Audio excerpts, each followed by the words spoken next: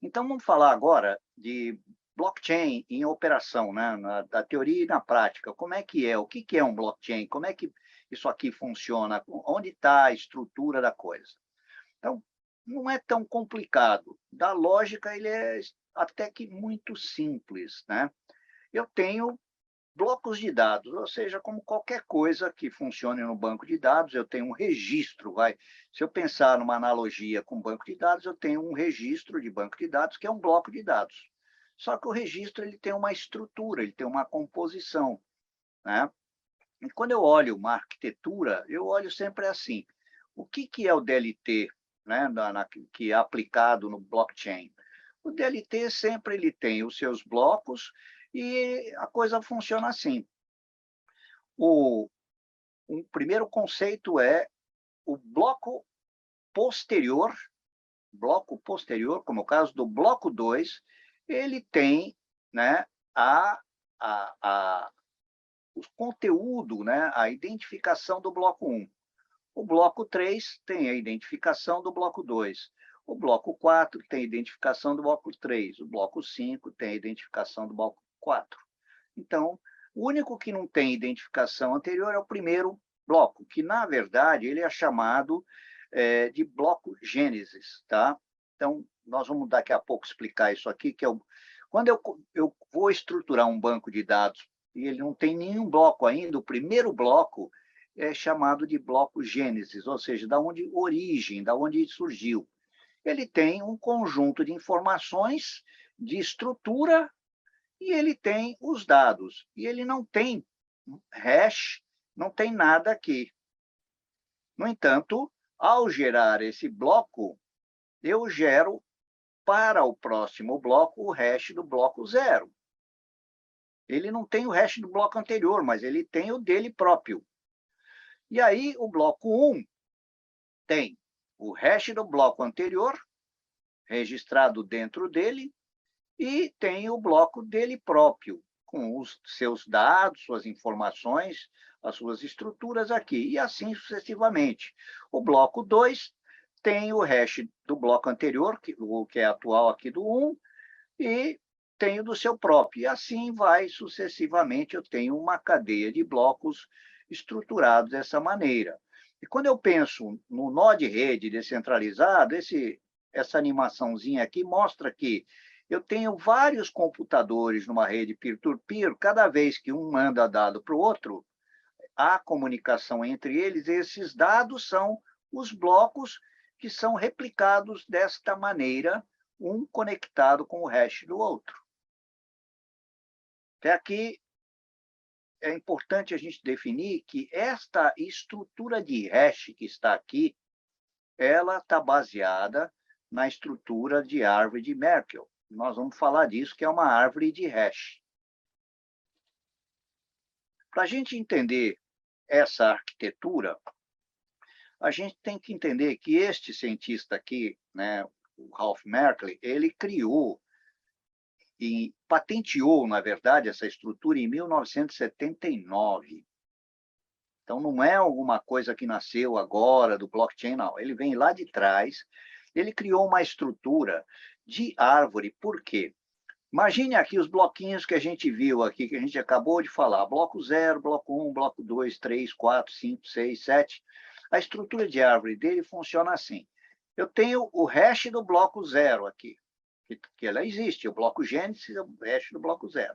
O bloco 1 calcula o seu hash, está aqui.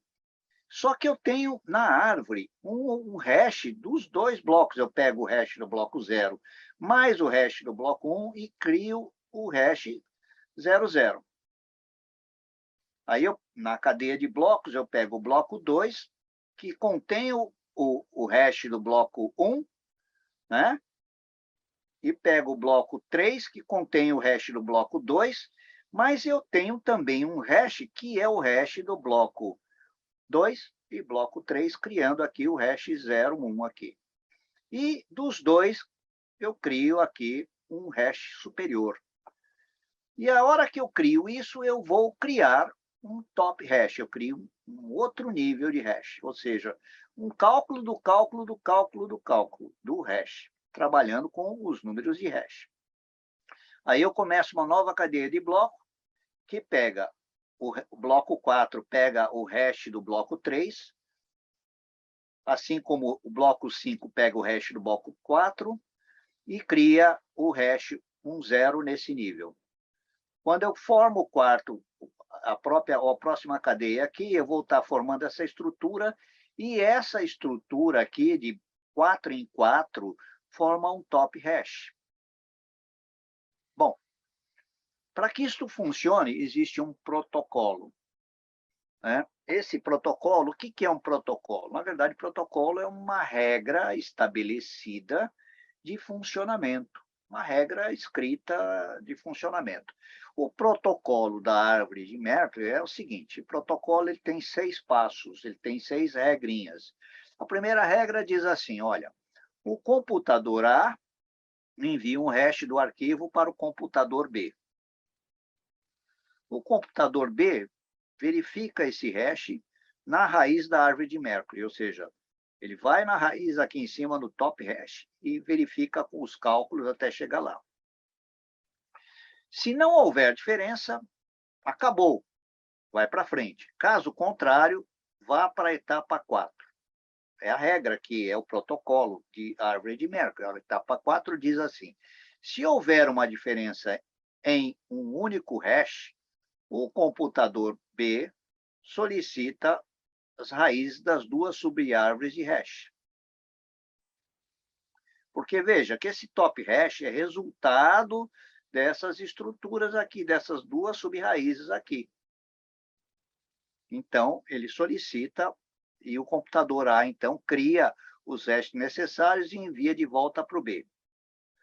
O computador, né, aí envia de volta para o B, o computador B, obviamente, confere. Aí, repete-se a etapa 4 e 5 até encontrar os blocos de dados inconsistentes.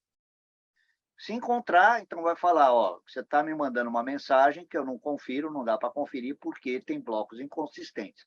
Então, é que ele diz, é possível encontrar mais de um bloco de dado errado, porque pode haver mais de um erro nos dados ou mais de uma tentativa de rasura ou fraude. Veja que o erro no bloco necessariamente não é um erro apenas, ele pode ser uma rasura, alguém tentando burlar uma fraude, e é por isso que há essa estrutura de conferência. Então, obviamente, se o computador envia o hash do arquivo para o computador de A para B, o computador A vai ter que recalcular de novo e ver o que está errado, porque senão o computador B não vai aceitar. É dessa maneira que funciona a árvore de hash. Ou seja, não há o encadeamento para o próximo passo na árvore, na construção da árvore de blockchain, no próximo bloco. Né? Por quê? E aí cada hash de cada um nível desse é calculado com SH256. Ok? Só que aí eu estou trabalhando com 64 caracteres, 64 caracteres, 64 caracteres, ou seja, eu tenho 64 caracteres, que é o hash do bloco 0, 64 caracteres, que é o hash do bloco 1, esses dois, 64 mais 64, 128, me dá esse hash aqui, o hash intermediário. Aí, eu faço a mesma coisa aqui. A hora que eu somo esses dois aqui, 64 mais 64, chega nesse. Vou fazer a operação dos próximos 4 blocos. A hora que eu somo esses dois, 64 mais 64, tem que dar este aqui. Então, no encadeamento de bloco, ao mandar a mensagem, sempre essa estrutura é conferida. Vamos entender como? Para a gente entender um bloco, então, agora, entrando num nível de detalhe mais avançado, para que vocês entendam um bloco do blockchain, eu tenho um bloco com esta estrutura aqui. Versão do blockchain que eu estou usando, porque eu posso usar várias versões de blockchain. Eu tenho blockchain aberto, fechado, eu tenho público, eu tenho várias estruturas, e aí eu posso ter um blockchain aperfeiçoado, as regras. Então, o bloco tem que dizer, eu pertenço à versão tal do blockchain tal. Então, ele se identifica. Existe aqui o hash anterior, que é do bloco anterior. É o hash do bloco anterior. eu tenho a estrutura-chave, hot, do bloco de Merck, já aqui dentro do próprio bloco. Aí eu tenho o timestamp, ou seja, a data e hora que este bloco foi criado, para que ele não se confunda com outro bloco em data e hora distinta. Então, eu tenho o timestamp aqui. Aí eu tenho mais dois conjuntos de dados de identificação, que é o NBIT e o nonce. Né? O NBIT, na verdade, ele define um número de quantidade de zeros. Nós vamos explicar já já. E o nonce é o desafio feito para poder existir a validação do bloco, que a validação do bloco é vulgarmente chamada de mineração. E depois vem os dados das transações. Então, eu tenho aqui a transação, né, com o seu hash. A transaçãozinha, o que é a transação? Ah, lembra quando eu falei que estou mandando 2.000 BTCs para a identidade X, número tal lá? Muito bem, é uma transação, é um bloco de transação dentro de uma Bitcoin, onde eu digo aqui com o seu hash. Outro bloco com o seu hash, outro bloco com o seu hash, dentro de um bloco de blockchain. Então, eu tenho, dentro desses identificadores aqui, né, eu tenho atributos que são primários, como são extremamente necessários. Hash anterior. Esse é um atributo do valor do hash do bloco anterior. Sem ele, não tem como garantir a cadeia de bloco. Eu tenho os dados da transação. Tá? Esses dados da transação, que é o que eu mando, são os TX aqui. É um dado importante, porque o bloco transporta dados. O bloco do blockchain transporta dados de transações de blockchain. Seja ela a transação de uma criptomoeda, como o Bitcoin, seja ela um outro tipo de transação qualquer, né? Como um NFT ou qualquer outra coisa. Aí eu tenho um outro que é chamado nonce, ou seja, é um algoritmo de consenso que na blockchain do Bitcoin ele é o POW, tá? É a prova de trabalho. E o nonce, o que ele é? Ele é um valor aleatório utilizado para a saída do valor do hash, ou seja, eu coloco um valor aleatório somado ao hash anterior e ao hash atual, para que eu possa ter uma prova de trabalho, ou seja, o cálculo foi feito. E aí eu coloco o n-bits, que é um valor que representa a dificuldade computacional para a mineração, que é a quantidade de zeros, para poder somar tudo isso e fazer com que o minerador, ou seja, cada nó da rede que está partindo para validar dados, calcule o resultado do hash daquilo e bata com o hash do bloco total. E aí eu tenho, então, o nonce, que é o algoritmo de consenso para validar a transação. Aqui tem todo um conjunto de regras. Se ele é um algoritmo de consenso, ele tem um protocolo estabelecido de como ele funciona. Então, o protocolo chamado POW, né, PO, ele é um algoritmo conhecido, aberto, todo mundo sabe a estrutura dele. E ele serve para verificar a transação e, consequentemente, ele é o processo de mineração, de validação de dados dentro de uma blockchain. E eu tenho, obviamente, o hash atual das transações, TX aqui, o hash atual das transações, que é a assinatura digital do bloco, de cada bloco de comunicação. Então, eu tenho aqui a definição de todos esses entes, e isto aqui é a estrutura do blockchain. Né? Eu só não trouxe aqui, porque eu acho dispensável dizer, a versão do blockchain tem tantos caracteres, é alfanumérico, é digital, é numérico, né?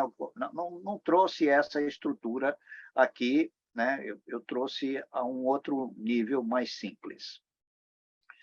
Quando a gente pensa, então, numa rede blockchain nova, vamos imaginar que a gente teira que começar o nosso metaverso aqui hoje e vamos criar a nossa própria blockchain, vamos criar a nossa própria criptomoeda, vamos fazer a nossa própria estrutura seguindo padrões de mercado. Ora, eu vou seguir o próprio padrão da Bitcoin e outros que estão por aí, tá certo? Hoje a gente tem o mais seguido em todos os metaversos aí é o padrão da Ethereum, é outra criptomoeda que tem todos os protocolos abertos, tudo aberto, definido, qualquer um pode ir lá e ver como tudo funciona, escrito, documentado, etc. Então, eu tenho vários, e não deixa de ser a tecnologia blockchain, não deixa de ter DLT por trás do blockchain, não deixa de ter a árvore de Merkle, não deixa de ter o hash, o cálculo do hash, é tudo igual. A única coisa é que, quando a gente fala de um bloco zero, a estrutura é sempre que eu crio um bloco zero, coloco dentro dele as regras da minha blockchain, nesse bloco zero, para quem quiser abrir e ver quais são as regras. Estão lá no bloco zero. E é a partir daí que eu defino, no bloco zero, os critérios de mineração, os protocolos de mineração e que a minha blockchain vai utilizar. Existem vários protocolos do Bitcoin, é o POW, tá certo? É a prova de trabalho, mas existem outros protocolos que servem para fazer mineração também. E aí eu tenho aqui sempre uma área de assinatura da transação. Aquela validação que eu falei lá embaixo, né, que é olhando aqui esse símbolozinho aqui, que é a assinatura digital do bloco, é uma assinatura que vai ficar aqui, que sempre se refere quem é o proprietário da transação, quem é o que tem a chave privada da transação. A chave pública ele fornece, mas a chave privada é só dele. Eu garanto que eu tenho tantas BTCs, tantos bitcoins, a partir de que eu tenho a minha chave privada. A chave pública eu forneço para qualquer um poder ver, mas a chave privada é exclusiva minha. Só eu posso fazer uma transação com a minha chave privada. Aí, dizendo, essa transação que estou fazendo com a minha chave privada, ela é pública. Estou fornecendo tantos Bitcoin para tal número de conta. Ponto. Agora, o número de conta já traz características de, vamos dizer assim, de privacidade, porque eu não digo quem é o dono da conta número tal. Eu não preciso dizer isso. Eu trabalho com número de conta. Então, a estrutura de blockchain ela é altamente confidencial. Quando a gente fala, então, nessa parte de assinaturas, né, nós estamos falando de utilizar a chave privada e chave pública. E aí nós vamos estar utilizando um algoritmo de assinatura digital de curva elíptica, que eu já falei antes, na estrutura de blockchain.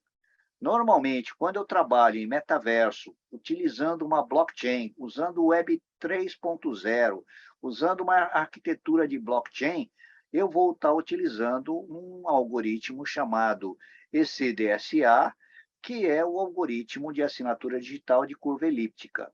Isso aqui me dá uma garantia de assinatura de transação bastante forte, bastante segura, né? Então, eu digo assim, que este processo, ele é muito fácil. A gente procurar, quiser entender o que é, como funciona, é um protocolo aberto. Esse DSA é um protocolo aberto e a gente consegue ver a estrutura toda documentada. Portanto, o processo de assinatura digital no blockchain, ele tem duas etapas. Primeiro, a etapa de assinar. Eu uso a minha chave privada para assinar, porque eu quero garantir que é minha. Eu assino com a minha chave privada e coloco lá qual é a chave pública da minha assinatura. O que eu só vou conseguir colocar lá a partir daí que as pessoas podem verificar pela chave pública que aquela transação foi feita com uma chave privada e que tem uma validade. Então, a segunda etapa é quem vai verificar. Recebe a mensagem com a chave pública e a assinatura e vai identificar se essa chave pública está associada à chave privada, o que dá garantia se a transação é falsa ou verdadeira. E é exatamente partindo da chave pública que os mineradores vão trabalhar validando as transações, conferindo a assinatura com a chave da chave pública com a chave privada. Os mineradores trabalham com isso. Então, nós vamos ver daqui a pouco como é que funciona a mineração. Não é tão complicada, mas ela tem um ritual, um processo, tá? E os mineradores, ao validarem, eles incluem essa transação no próximo bloco de blockchain. Em síntese, eu tenho aqui uma prova de trabalho que é utilizada no Bitcoin, né, em blockchain do Bitcoin, chamada Proof of Work, ou seja, a prova de trabalho ou protocolo de consenso, onde vários mineradores validam, e aí eu chego na validação e levo isso para o mundo, para a internet, e digo que a moeda Bitcoin está aqui validada. Então, toda a estrutura de mineração funciona naquela estrutura de árvore de Merck, com a função hash SH256 e utilizando a prova de validade nonce adicionada da dificuldade de n bits. N bits tem um detalhe, ele diz a quantidade de zeros a ser adicionado dependendo de quantas pessoas estão minerando naquele momento em que a transação está acontecendo. Essa variação ela é temporal, por quê? Porque à medida em que eu aumento quantidade de pessoas minerando, eu também cresço a quantidade de zeros. À medida em que eu diminuo quantidade de pessoas minerando, eu diminuo exatamente para dificultar ou facilitar a mineração. A dificuldade está em quem consegue validar o bloco primeiro. Esse é o que vai receber uma remuneração em Bitcoin por isso. Então, a mineração ela é remunerada pelas pessoas que conseguem validar primeiro os blocos de dados. Então, por isso que a dificuldade cresce à medida em que o número de pessoas tentando minerar também cresce. Então, esse protocolo POW ele está definido, mas ele não é utilizado só para mineração, ele é utilizado para outras coisas, inclusive para em tecnologia de prevenção de ataques, né, para ataques cibernéticos, de DDoS, né, de ataques múltiplos, de negação de serviço, de spam de e-mails e de dados. Então, ele pode ser utilizado, esse protocolo, essa estrutura de fazer este processo de validação, né, de consenso, ele é utilizado em outras aplicações, não necessariamente só em blockchain e necessariamente só em Bitcoin como criptomoeda, né? Ele é um processo onde eu sigo uma regra, essa regra é seguida por todos os mineradores que vão fazer suas validações, dão OK nos seus hashtags e lhe habilitam isto para o mercado. Vamos minerar Bitcoin? Vamos minerar? Todos nós vamos minerar? Então, vamos pensar um pouco. O que é minerar? É um sistema de consenso, ou seja, eu quero entrar no site da bitcoin.org, me cadastro lá e passo a ser um minerador. Para isso, eu vou ter que baixar para o meu computador uma aplicação, um aplicativo. Existem dezenas de aplicativos para fazer mineração. Então, por exemplo, para fazer mineração no celular, eu tenho aqui vários programinhas que permitem fazer mineração no smartphone. Então, está aqui, é só baixar o programa e tentar fazer. Mas não vou precisar. Quem vai fazer o cálculo de hash, quem vai fazer todo o processo são os programas. Está pronto, eu só vou estar utilizando o meu computador, o meu device, para fazer a mineração. E, obviamente, selecionando, talvez, aqui o melhor programa, o mais eficiente, o mais coerente, que funcione no meu dispositivo, na minha máquina, para fazer isso. Se eu tenho um desktop de maior performance, então, olha, aqui eu brinco, aqui eu mostro um minerador minerando na picareta. Aqui, quando eu olho para o desktop, um computador de melhor performance, opa, eu já tenho aqui uma máquina de minerar, eu já tenho aqui um dispositivo mais robusto, tá? Mas o que ele faz? Na verdade, esses programas aqui estão preparados para seguir toda a mecânica declarada no site. Se eu vou minerar Bitcoin, se eu for para cada tipo de moeda, ele tem um protocolo de como ele faz a mineração. para cada criptomoeda. Um programa desse eu posso selecionar lá, eu quero minerar Bitcoin. Ah, eu quero minerar Ethereum. Ah, eu quero minerar outra moeda. Eu vou lá, dentro das moedas que ele permite, ele segue o algoritmo para fazer aquilo e faz o processo, usa a minha máquina para fazer a validação de bloco. Eu não valido nada, na verdade, quem faz isso é o programa. E a partir daí, a minha máquina, se conseguir ser uma das 6 primeiras a validar um bloco, eu tenho um quinhão de remuneração daquela criptomoeda. Isso pode variar 6, 10, 20, dependendo da criptomoeda que eu estou pondo para minerar. E dependendo do protocolo que eu estou usando. Aqui, eu falando de Bitcoin, eu estou falando de POW, prova de trabalho, né? Mas, se foram outras moedas, muitas vezes protocolos são diferentes. O que vale aqui para a gente entender é que, vamos lá, este tema a gente vai, daqui a pouco, falar com mais detalhes. Só estou trazendo que é possível, então, dentro do blockchain, fazer mineração. E quando eu penso, então, na arquitetura de blockchain, eu também tenho que pensar que existem arquiteturas diferentes. Então, eu tenho arquitetura, né, baseada em redes da internet, rede web, peer-to-peer, para ou pessoa a pessoa, ou nó a nó, né? Que são normalmente descentralizadas, ou seja, cada participante mantém uma regra do livro razão, do ledger, né? No nó, e ela é compartilhada. E aí todo mundo passa para fazer a mineração.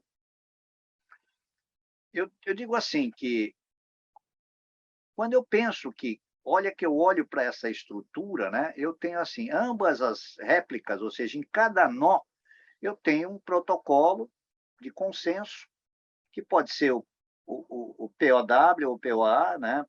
Aqui o POA é prova de autoridade, aqui é prova de trabalho, né?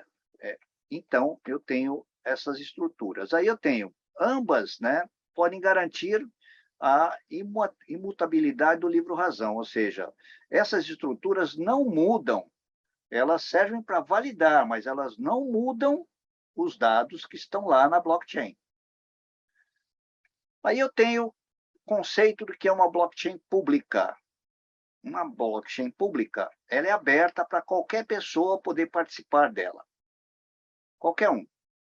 Ela é aberta, como é o caso do Bitcoin. Qualquer um pode entrar lá e fazer. Então, é uma rede que possui um mecanismo de incentivo para que as pessoas entrem, ou seja, ela remunera as pessoas para que as pessoas entrem e validem seus blocos. Se não tivesse essa remuneração, talvez as pessoas não tivessem interesse. Para que eu vou entrar e minerar lá e vou fazer se não vou ganhar nada por isso? Então, a remuneração ela é um fator importante da criptomoeda e é isto que gera a criação de novas criptomoedas e gera a questão do pagamento para os mineradores e que dá garantia que a criptomoeda se mantenha operacional. Por outro lado, quando eu olho pela arquitetura de blockchain pública, eu estou dizendo assim, que ela é aberta para todo mundo, né? Todo mundo pode analisar, ver as transações de todo mundo, então sempre tem a vantagem e desvantagem. Uma blockchain pública, todo mundo vê o que todo mundo está vendo, ou seja, todo mundo sabe o que todo mundo está fazendo, só não sabe quem é quem. Por que não sabe quem é quem? Porque as identificações, elas são vamos dizer assim, sigilosas, elas são numéricas e ninguém sabe que o número enorme aqui de identificação pertence ao João, ou a Thelma, ou a qualquer pessoa. Não tem uma identificação de relacionamento. Só quem tem a chave privada é que sabe que aquele número de conta é dele e que gera, a partir dali, a chave pública para validar uma transação. Mas eu tenho um outro tipo de rede blockchain que também é descentralizada, que também é peer-to-peer, funciona do mesmo jeito, só que ela é privada. Tá? Ela é privada por quê? Porque ela é uma rede criada por uma empresa, por um organismo público, né? Como é o caso aqui da rede Blockchain Brasil, a RBB, com a parceria do BNDES e do Tribunal de Contas da União, uma rede Blockchain Brasil, e que eu, cidadão, posso entrar. Só que eu tenho que me identificar, aí eu tenho que pedir autorização para usar, eu tenho que ter acesso dado por uma autoridade que utiliza um protocolo POA, prova de autoridade. O protocolo POA, prova de autoridade, é que sustenta uma rede como essa, RBB, a rede Blockchain Brasil, que é uma rede, não deixa de ser uma rede pública, mas ela é uma rede privada. Ela é descentralizada, é pública, o público pode entrar, mas não é a rede pública como a pública aberta que a gente mostrou na rede do blockchain do Bitcoin. Tá? O Bitcoin é uma rede pública aberta. Aqui eu tenho uma rede privada para qualquer pessoa, para o público, mas desde que essa pessoa seja identificada, tenha um CPF, tenha um registro de endereço, tenha todos os seus dados pessoais identificados pelo governo brasileiro, né, pelo BNDES, pelo Tribunal de Contas da União. Então, uma empresa, uma pessoa física, uma pessoa jurídica pode entrar nessa rede blockchain aqui, rede RBB, a rede Blockchain Brasil. Thelma, até aqui, compreendido? Tudo certo? Uau, super. Não, você está falando tudo, não tenho nem o que perguntar. Trouxe muita clareza. Estou achando sensacional essa aula. Então vamos lá, temos muita coisa pela frente ainda. Então vamos falar aqui. Funções do blockchain. O blockchain ele pegou no mundo todo porque ele é transparência total. Você, num blockchain de rede pública aberta, você vê tudo o que está acontecendo lá. Né? E num blockchain de rede privada, se lhe der abertura para ver, você também pode acompanhar todas as transações que estão lá, porque você não vai ter identificação das outras pessoas. Então, uma das características do blockchain é a total transparência. Outra característica do blockchain é a integridade. Obviamente, essa cadeia de bloco validada e etc., né? Ela tem uma integridade comprovada.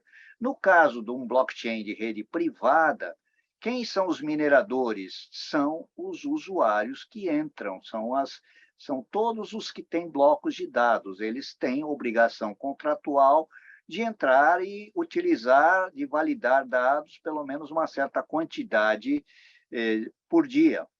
Então, alguns têm outros mecanismos, mas, em síntese, também dentro de uma rede de blockchain privada, você tem o processo de consenso, de validação dos blocos. Tá?